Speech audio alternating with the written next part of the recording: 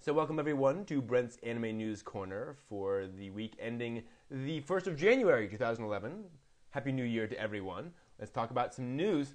Dengeki Online posted a list of the most anticipated January anime according to their Japanese subscribers.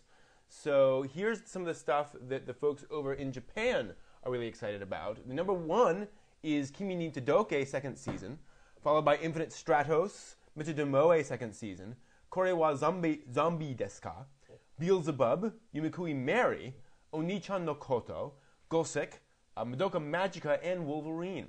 So those are the big ones that folks are interested in over there in Japan. Meanwhile, more drama on the side of the Tokyo Youth Ordinance Bill. A bunch of anime and manga companies have decided to start their own Anime Contents Expo event to compete with Tokyo International Anime Fair. Basically, they're protesting the Tokyo International Anime Fair, and instead of doing that, they're going to go to their own, make their own event called Anime Contents Expo in March.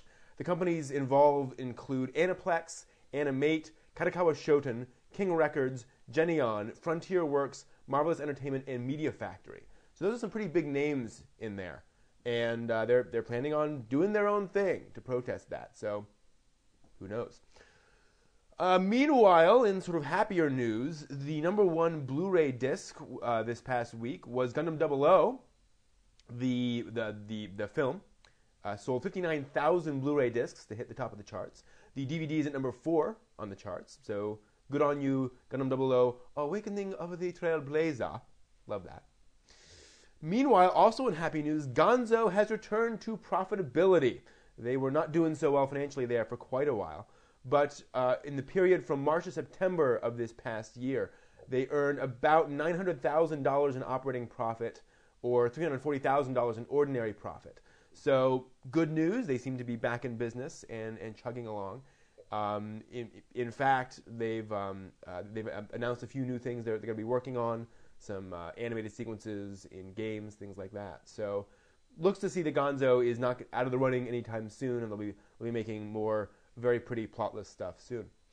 Meanwhile, the Full Metal Alchemist movie has been dated. So July 2nd in Japan, theaters will see the new Full Metal Alchemist Milos no Se Naru Hoshi film.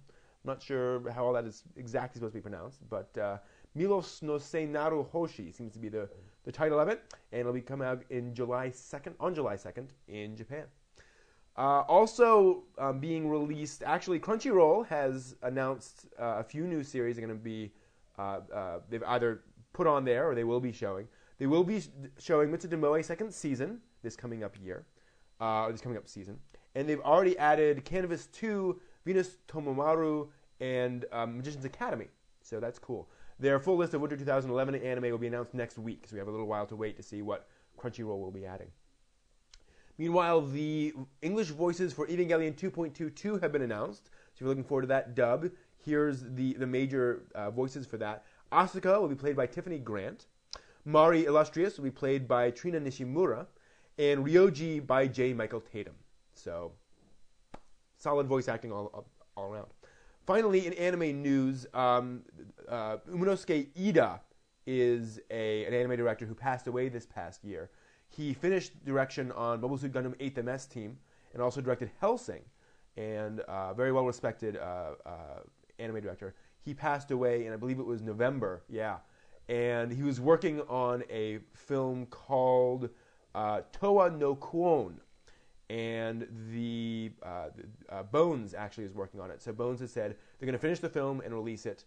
Takeshi Mori, who worked on Otaku no Video, Gunsmith Cats, and Van Dread, will be acting director, essentially. And they've got a pretty big cast. Toshihiro Kawamoto, the character designer behind Cowboy Bebop and Wolf's Rain, who is designing the characters and overseeing the animation process. Pretty big. And Yutaka Izubuchi, who's done a lot of Gundam work and Pat Labor, is also working on concept designs. And we got a whole bunch of other folks working on this. So it sounds like a pretty impressive work. However it turns out, hopefully that's gonna should be a good thing. And it was reported in Gundam Ace, so I'm assuming it's gonna be a mecha thing. But we'll see. So we'll it's chugging along and hopefully be released soon. Uminosuke Ida also did one of my favorite little obscure things, Mighty Space Miners, which if you can track it down is a wonderful little OVA. Moving on to manga news, Yamaha Music Media has announced they're going to do some manga adaptations of classic operas, as in opera, on the stage. So they're going to do these manga adaptations of them, including stuff like Carmen, Madame Butterfly, Marriage of Figaro, The Magic Flute. They're all going to be adapted into manga. And I'm not sure why, but that's the plan. They'll be released between this month and next March. And the idea is basically to increase appreciation of operatic works that most folks wouldn't really care about. So, interesting. A lot of the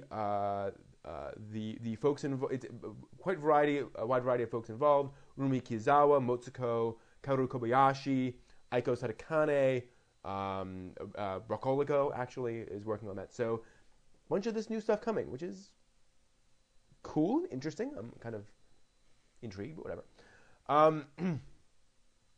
Good news for Shonen Jump. They have a convention called Jump Festa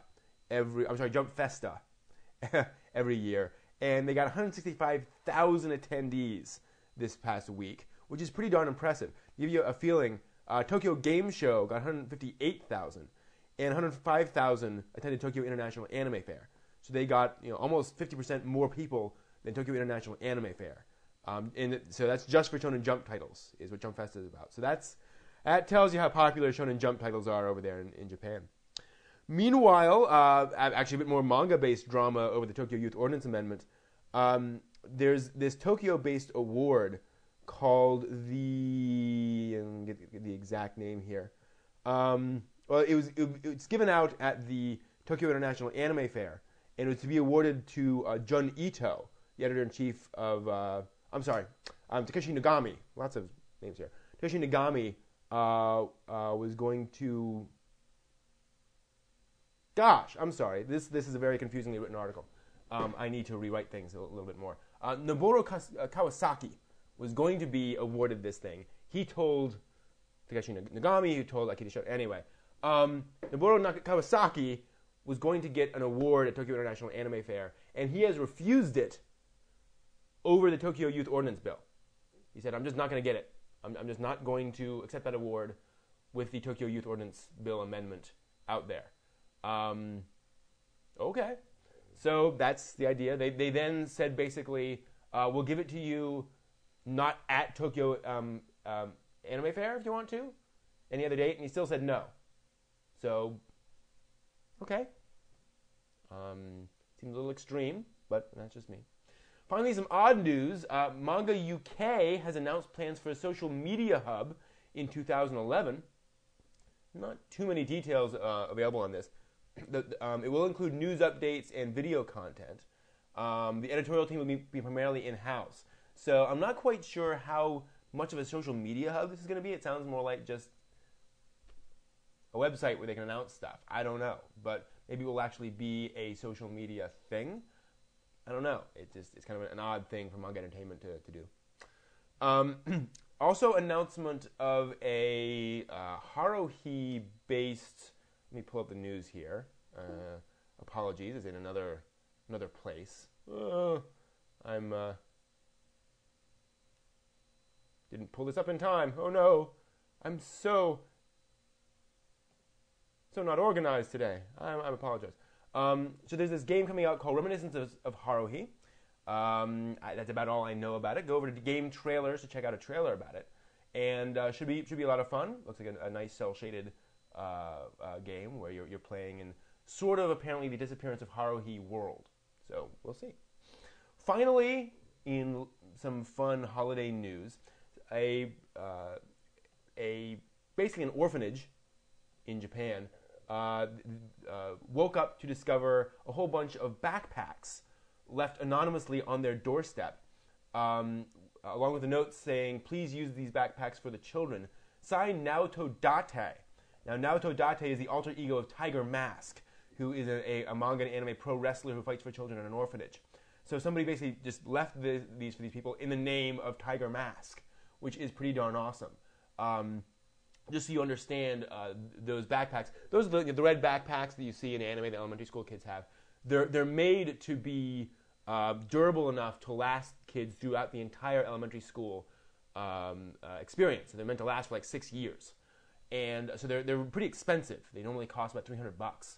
So because they're meant to last for years and live up with all the wear and tear of kids. So a lot of orphans don't get these things. So somebody left them off for the children, which is pretty darn awesome. So that is the news for this week that ends with the beginning of 2011. So that's all the news fit to print this week. And until next time, may you have a wonderful, wonderful new year.